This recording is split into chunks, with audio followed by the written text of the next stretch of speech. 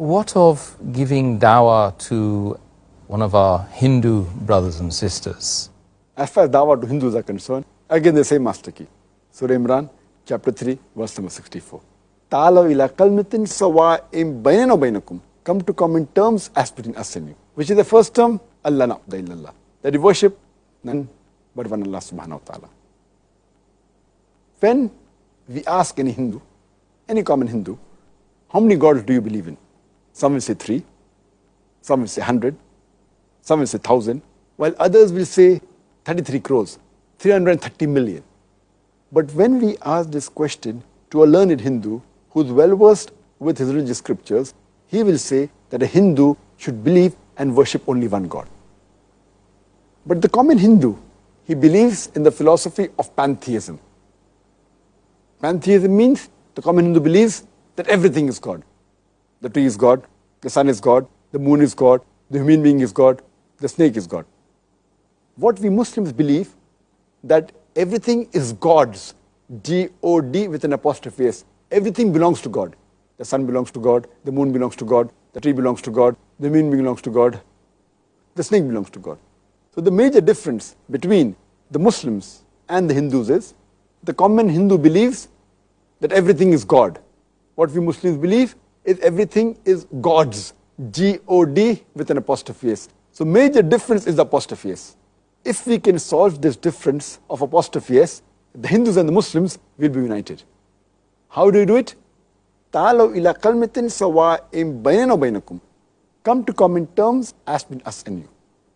When we read the religious scriptures of the Hindus, it's mentioned in the Chandogya Upanishad, chapter number 6, section number 2, verse number 1. Ekam evidityam.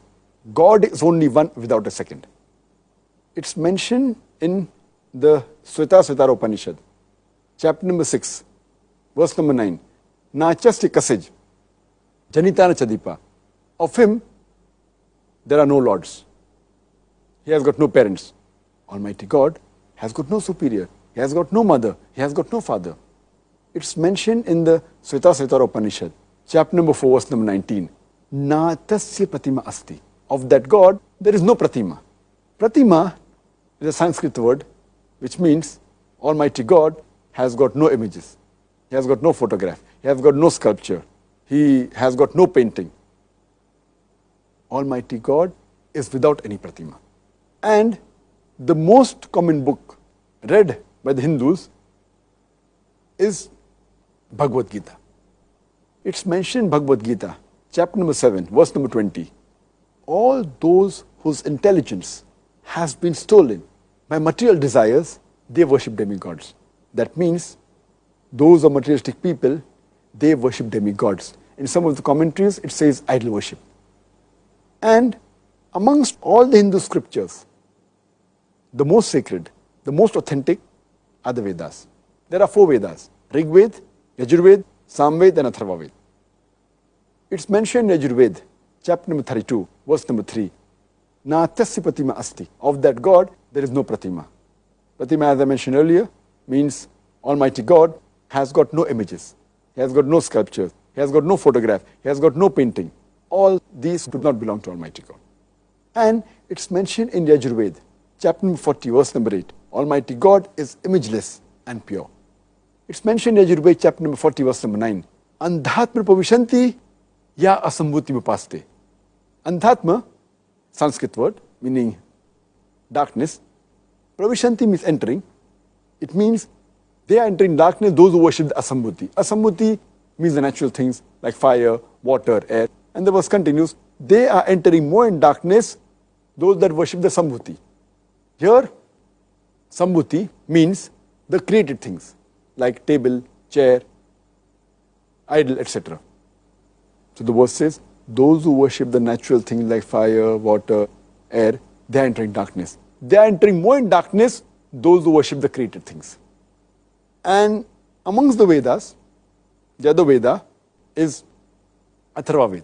It's mentioned in Atharvaveda, book number 20, hymn number 58, verse number 3.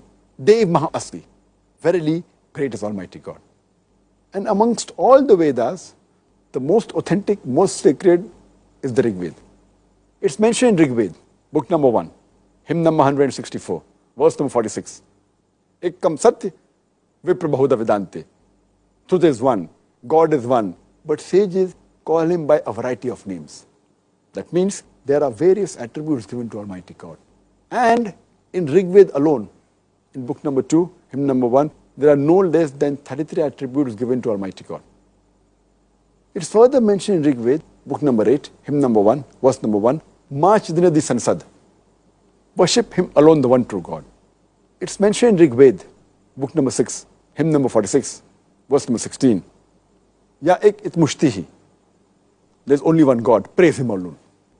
And the Brahma Sutra of Hindu Vedanta is Ekkam Braham Devta Naste, Nena Naste Kinchan. Bhagwan ek hi hai, dusra nahi hai. Nahi hai, zara bhi nahi hai. There is only one God, not a second one. Not at all, not at all, not in the least bit.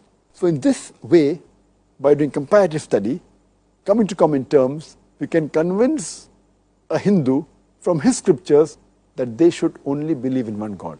That's Tawheed, and get him closer to Allah subhanahu wa ta'ala. And for more details, I've given a talk on similarities between Islam and Hinduism. And I've proved the various similarities about various aspects. And in that way you can, based on the verse of the Quran, Ta'alaw ila kalmatin sawa'im baynana wa baynakum. Come to common terms as between us and you. I just spoke